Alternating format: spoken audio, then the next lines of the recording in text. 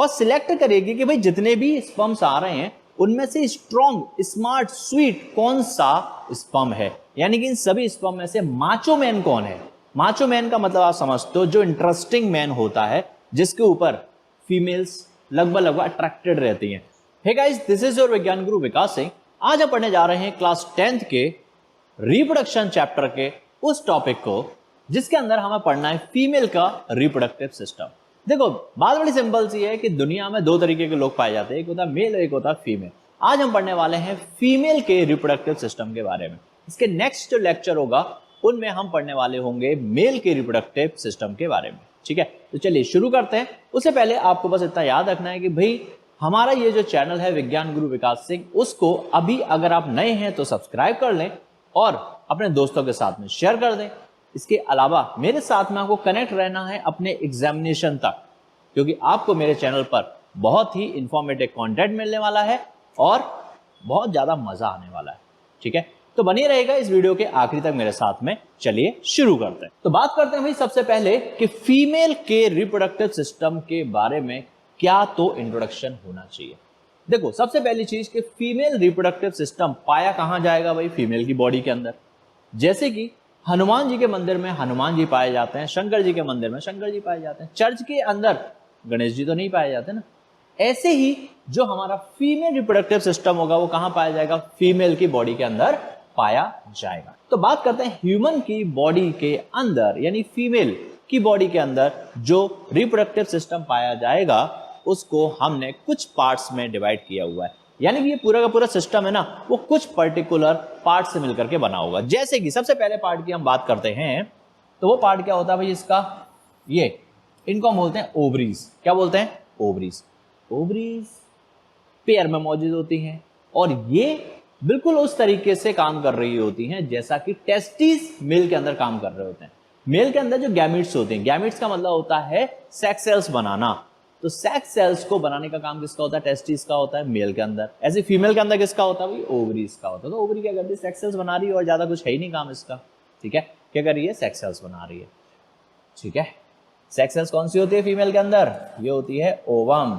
Ovum मतलब होता है एग। ठीक है, ओवम का प्लूरल होता है ओवा। प्लूरल क्या होता है भैया, ओवा। और एग का प्लूरल क्या होता है भैया, एक्स। क्या ही है इसमें, ठीक है, बड़ा सिंपल सा है। तो मैं कहूंगा ओवरीज। ये क्या होते हैं भाई, ओवरीज होती हैं जो पेयर में मौजूद होती है। उनका काम क्या है, सेक्स सेल्स यानी गैमेट्स का फॉर्मेशन करना।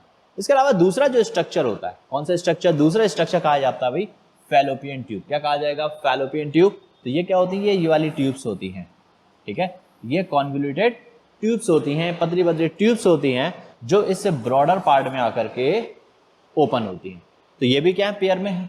इनको हम नाम दे रहे होते हैं क्या, फैलोपियन ट्यूब। क्या नाम दे रहे होते हैं इनको, फैलोपियन ट्यूब। अभी हम धीरे धीरे इनकी वर्किंग समझेंगे, फुल फॉर्म में इनकी वर्किंग को समझेंगे कि सभी का काम क्या होता है। ठीक है, इसके अलावा तीसरा स्ट्रक्चर होता है that is called uterus. Uterus क्या होता है, मस्कुलर स्ट्रक्चर है जो ये ब्रॉडर साइड में हो, यहाँ पर कैसा होता है, नैरोअर होता है। ऊपर की तरफ ब्रॉड होता है और नीचे की तरफ कैसा होता है, नैरो होता है। इसके अलावा एक और स्ट्रक्चर होता है जिसको हम बोलते हैं क्या, वेजाइना। क्या बोलते हैं, वेजाइना। ठीक है, ये सब स्ट्रक्चर अपने आप में बहुत इंपॉर्टेंट रोल प्ले करते हैं, चारों के चारों। कौन कौन से, पहला हो गया आपके पास में क्या, ओवरी। दूसरा हो गया फैलोपियन ट्यूब। तीसरा होता है यूटेरस। चौथा होता है वेजाइना। ये चार स्ट्रक्चर्स आपके पास में मौजूद होते हैं। तो एक एक करके इन सभी स्ट्रक्चर्स के बारे में हम जानकारी हासिल करते हैं, क्योंकि जानकारी हासिल करनी तो हम आए हैं। तो अब बात करते हैं सबसे पहले किसकी, ओवरीज की। तो ओवरीज क्या है भाई, ओवरीज में ज्यादा कुछ दिमाग लगाना नहीं है। पहली चीज तो पेयर में मौजूद होती है। कैसे मौजूद होती है, पेयर में मौजूद होती है। और मेरी बॉडी के अंदर ज्यादातर चीजें कैसे होती है, पेयर में ही मौजूद होती है। ठीक है, चाहे वो ओवरी हो, चाहे वो फैलोपियन ट्यूब हो। ठीक है, मेरी आंख, कान, नाक, ये सब चीजें क्या है, पेयर में मौजूद है। ऐसे ही ज्यादातर चीजें हमारी बॉडी के अंदर पेयर में होती है। किडनीज हमारे पास में 2 होती है। ठीक है, ओवरीज 2 होती है, टेस्टिस 2 होती हैं। गेटिंग, तो ओवरीज यहां पर मौजूद है। तो मैं क्या बोलूंगा, ovaries are a pair of small and oval shaped organ located in the abdominal cavity near the kidney. हमारे पास में किडनी होती है, यानी कोई फीमेल है उसकी बॉडी में क्या हो, किडनी होगा। किडनी के पास में ये 2 ओवरीज मौजूद होती हैं। कहां पर, एब्डोमिनल कैविटी। एब्डोमिनल कैविटी वो पर्टिकुलर खाली जगह होती है। एब्डोमिनल कैविटी वो पर्टिकुलर खाली जगह होती है जिसके अंदर हमारा लिवर, हमारा स्टमक, हमारी जो इंटेस्टाइन्स होती हैं, ये सारी चीजें मौजूद होती हैं, एज वेल एज किडनी भी मौजूद होती है। ठीक है, तो ये सब एब्डोमिनल कैविटी के अंदर आते हैं। एब्डोमिनल कैविटी कैविटी का मतलब होता है खाली जगह, ठीक है। तो उस कैविटी के अंदर ये मौजूद होगा नियर किडनी। गेटिंग, इतनी बात समझ में आ रही है। आगे बात करते हैं। Ovaries are the female primary reproductive organ which perform two functions या डुअल फंक्शन। ओवरीज जो होती हैं वो प्राइमरी सेक्स ऑर्गन है। क्या है भाई? ये प्राइमरी रिप्रोडक्टिव ऑर्गन है जिसके दो काम होते हैं। पहला काम क्या होता है? पहला काम गैमीट्स फॉर्मेशन होता है, तो प्रोडक्शन ऑफ फीमेल गैमीट जिसको हम ओवम नाम देते हैं। दूसरा काम होता है इसका सेक्स हार्मोन्स बनाना, ठीक है। तो secretion of female sex hormone जिनका नाम होता है एस्ट्रोजन और प्रोजेस्टेरॉन, ये दो सेक्स हार्मोन का फॉर्मेशन करना भी ओवरीज का काम होता है। किसका काम होता है? ओवरीज का काम होता है। तो ओवरी के दो काम हो गए। पहला काम क्या हो गया भाई कि ये प्रोड्यूस करेगा किसको? गैमीट को। गैमीट का production and secretion of the female sex hormone, ये दोनों काम किसके हैं भैया? ओवरी के हैं। किसके हैं? ओवरी के। ओके, चलिए आगे बढ़ते हैं। तो नेक्स्ट मेरे पास में जो स्ट्रक्चर आता है उसका नाम होता है क्या? Fallopian tube. तो फैलोपियन ट्यूब क्या होती है? फनल लाइक स्ट्रक्चर्स होते हैं। कैसे होते हैं? फनल लाइक स्ट्रक्चर्स होते हैं। तो देखिएगा ये फनल लाइक स्ट्रक्चर्स हैं, है ना, जिनके एंड पर ब्रॉडर वाला जो एंड है, चौड़ा वाला हिस्सा है, उसकी साइड में क्या होती है? ओवरीज होती है। क्या होती है? चौड़े वाले हिस्से की तरफ क्या होती हैं? ओवरीज होती हैं। और बाकी सकरा वाला हिस्सा आगे बढ़ता चला जाता है, सकरा वाला हिस्सा आगे बढ़ता चला जाता है और इस यूटेरस में जाकर के ओपन होता है। कहाँ जाकर के ओपन होता है? यूटेरस के अंदर जाकर के वो ओपन होता है। तो ये भी क्या पेयर में होती है? फैलोपियन ट्यूब से क्या होती है भैया? पेयर में मौजूद होती है, ठीक है, कोई दिक्कत नहीं। तो फैलोपियन ट्यूब बड़ी सिंपल सी बात करते हैं, इसका एक और नाम होता है, इसे बोलते हैं ओविडक्ट। क्या नाम होता है इसका एक और? इसको बोलते हैं हम ओविडक्ट। ओविडक्ट क्यों बोलते हैं? ओवी मतलब ओवम यानी कि एग, और डक्ट मतलब होता है नाली, नली, जिसमें से होकर के एग जाता है। तो एग इस नाली में से होकर के आगे बढ़ता है, इसलिए हम इसको क्या बोलते हैं? ओविडक्ट भी नाम दे रहे होते हैं। तब देखिएगा, तो fallopian tube has a funnel shaped opening near the ovary. Ovary के पास में इनकी जो ओपनिंग होती है वो कैसे होती है? फनल शेप की होती है, एक कीक की तरह होती है, फनल की तरह होती है, जो चौड़ी होती है, ठीक है। And these tubes both the sides open in the muscular structure are called uterus. तो इन दोनों को हम कहाँ पर ओपन करते हैं? इस वाली फैलोपियन ट्यूब को या फिर इस वाली फैलोपियन ट्यूब को हम कहाँ पर ओपन करते हैं? एक ब्रॉडर पार्ट में ला करके ओपन करते हैं, and that broader part is called uterus. अगली बात करते हैं हम किसकी? यूटेरस की। तो यूटेरस क्या है? ये मस्कुलर स्ट्रक्चर है। क्या ये? Muscular structure. तो मैं क्या बोलता हूँ? ये पर्टिकुलर मस्कुलर स्ट्रक्चर कहा जाएगा यूटेरस। क्या कहा जाएगा? यूटेरस। अब यूटेरस क्या होता है? देखो ऊपर की तरफ तो कैसा होता है? चौड़ा होता है। कैसा होता है? ऊपर की तरफ ब्रॉडर होता है। यहाँ पर कैसा होगा? ये चौड़ा होगा। और नीचे आते आते ये कैसा होता है? सकरा होता चला जाता है। कैसा होता चला जाता है? सकरा होता चला जाता है। तो अब आपको बात एक समझनी है क्या, कि ये यूटेरस है, उसमें देखना ये जो पर्टिकुलर एरिया है, इन एरिया में क्या भरा हुआ है? ब्लड और नरिशमेंट भरा हुआ है। क्या भरा हुआ है? इन एरिया के अंदर भरा हुआ है क्या? ब्लड और नरिशमेंट, ठीक है, यानी न्यूट्रिशन, ये भरा हुआ है। यहां भी सिमिलर, ठीक है। अब ये क्यों भरा हुआ है?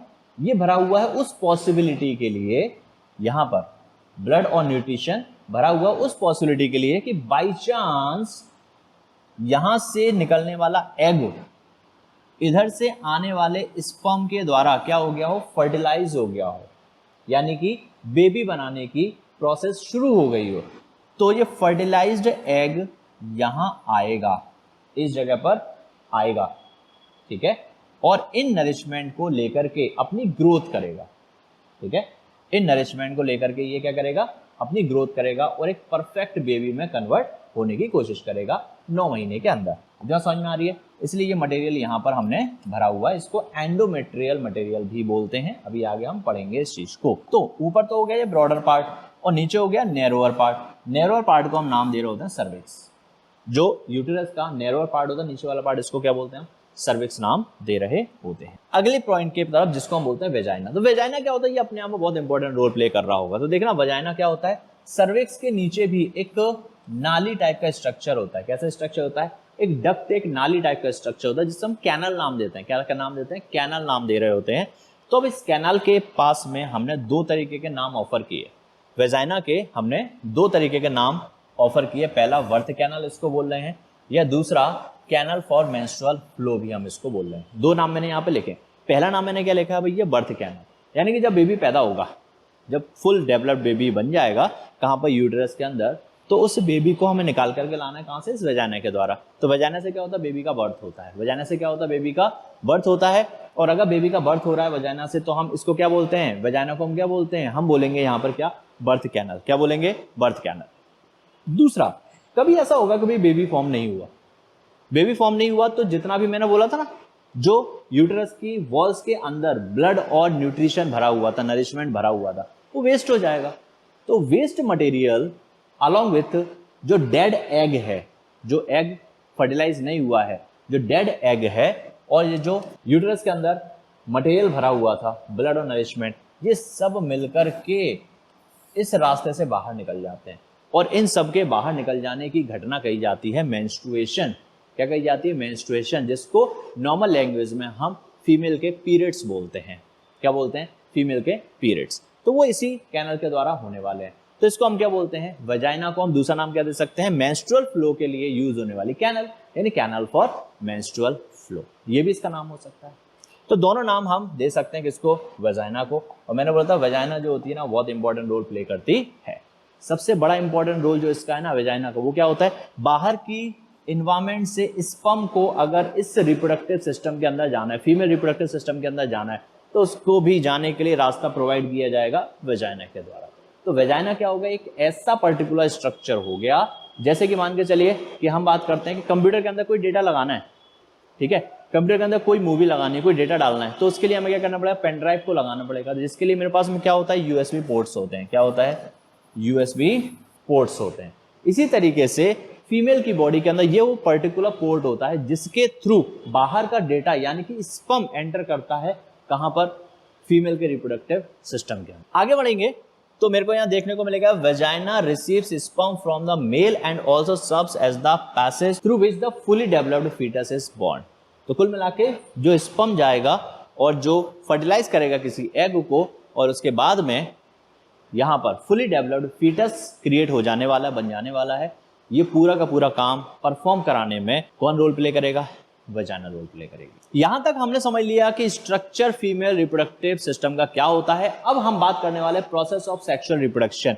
सेक्सुअल रिप्रोडक्शन की प्रोसेस क्या होती है, किस तरीके से रिप्रोडक्शन टेक प्लेस करता है फीमेल स्ट्रक्चर के अंदर, ठीक है। तो सबसे पहले देखिएगा भाई कि बाहर के एनवायरमेंट से इस वजाइना से होते हुए स्पर्म एंटर करते हैं। बाहर के एनवायरमेंट से इस वजाइना से होते हुए स्पर्म एंटर करते हैं। बाहर के एनवायरमेंट मतलब किसी मेल की बॉडी से स्पर्म इस वजाइना के द्वारा एंटर किए होंगे किसी फीमेल की बॉडी के अंदर। अब ये जो स्पर्म आगे जा रहा है ये यूटेरस में जाएगा। कहाँ जाएगा? यूटेरस में जाएगा। यूटेरस के बाद में ये फैलोपियन ट्यूब के अंदर जाएगा। कहाँ जाएगा? फैलोपियन ट्यूब के अंदर जाएगा। अब फैलोपियन ट्यूब में से किसी भी इस वाली या इस वाली फैलोपियन ट्यूब में से किसी भी एक ट्यूब के अंदर अगर एक एग पहले से ही रखा हुआ है, क्या रखा हुआ है? एक एग पहले से ही रखा हुआ है। आप इस बात को समझिएगा, इस ओवरी ने एक एग रिलीज किया है, वो एग इस पर्टिकुलर जगह पर रखा हुआ है, ठीक है। अब जरा बात को समझो, ये एग यहां से यहां आया होगा। कब आया होगा? जब इस ओवरी का क्या हुआ होगा? Ovulation period. तो इस ओव्यूलेशन पीरियड के दौरान यहां से इस ओवरी से निकल के आएगा एक एग जो यहां फैलोपियन ट्यूब के अंदर रखा हुआ है। अब ये जो एग है वो यहां से आने वाले स्पर्म्स को देखेगी। एग क्या करेगी? यहां पर आने वाले स्पर्म्स को देखेगी और सिलेक्ट करेगी कि भाई जितने भी स्पर्म्स आ रहे हैं उनमें से स्ट्रॉन्ग, स्मार्ट, स्वीट कौन सा स्पर्म है। यानी कि इन सभी स्पर्म में से माचो मैन कौन है। माचो मैन का मतलब आप समझते हो, जो इंटरेस्टिंग मैन होता है जिसके ऊपर फीमेल्स लगभग अट्रैक्टेड रहती हैं। बिल्कुल उसी फैशन में ये जो एग होगा वो इन सारे स्पर्म में से उस माचो स्पर्म को सिलेक्ट करेगा जो इसके अंदर एंटर कर सके, ठीक है। तो अब यहां पर देखिएगा क्या होने वाला है। यहां पर बड़ा सिंपल सा टास्क परफॉर्म होने वाला है कि ये जो स्पर्म है वो सब एग के पास आ गए, उनमें से एक माचो स्पर्म जो है ना वो अंदर एंटर करेगा। ये स्पर्म एक अंदर एंटर करेगा। देखो स्पर्म आएंगे तो बहुत सारे, जब इस एग के ऊपर स्पर्म आएंगे तो बहुत सारे, लेकिन कोई एक स्पर्म होगा जो इसके अंदर एंटर करेगा। एंटर करके इस स्पर्म को हम क्या बोलेंगे कि स्पर्म क्या हो गया? इस एग को फर्टिलाइज कर गया। क्या कर गया? इस एग को फर्टिलाइज कर गया and this egg is called fertilized egg. इस एग को हम क्या बोलेंगे? ये जो एग है ना, इस एग को हम क्या बोलेंगे? फर्टिलाइज्ड एग बोलेंगे। अब फर्टिलाइज्ड जब हो जाएगा एग तो इस पर्टिकुलर स्ट्रक्चर को आप नाम देते हो जाइगोट। क्या नाम देते हो? इस पर्टिकुलर स्ट्रक्चर को आप नाम देते हो जाइगोट। ठीक है, ओके, बिल्कुल बढ़िया। तो सबसे इनिशियल वाली जो कंडीशन होती है बेबी की, उसे हम बोलते हैं जाइगोट। जाइगोट धीरे धीरे बड़ा होता है तो वो कन्वर्ट होता है एम्ब्रियो में। ठीक है, सबसे पहले होता है जाइगोट, जाइगोट बनता है डेवलप होकर के एम्ब्रियो, और एम्ब्रियो डेवलप होकर के बनाता है क्या? फीटस। ओके, तो नेक्स्ट जो स्टेज आती है कि जब जाइगोट बना, जाइगोट अब धीरे धीरे धीरे इस फैलोपियन ट्यूब से आगे चलेगा और फिर यहां पर आकर के यूटेरस के अंदर, यहां से चलते चलते यहाँ यूटेरस के अंदर आकर के इन वॉल्स पर, यानी यूटेरस की वॉल्स पर आकर के क्या हो जाएगा? अटैच हो जाएगा, चिपक जाएगा। तो इस तरीके से यूटेरस की वॉल के साथ में अटैच हो जाने की जो घटना होती है उसे हम बोलते हैं इम्प्लांटेशन। क्या बोलते हैं? इम्प्लांटेशन। इस घटना को हम नाम देते हैं इम्प्लांटेशन। ओके, चलिए, तो हम बात करते हैं the embryonic development of the zygote starts immediately in the fallopian tube.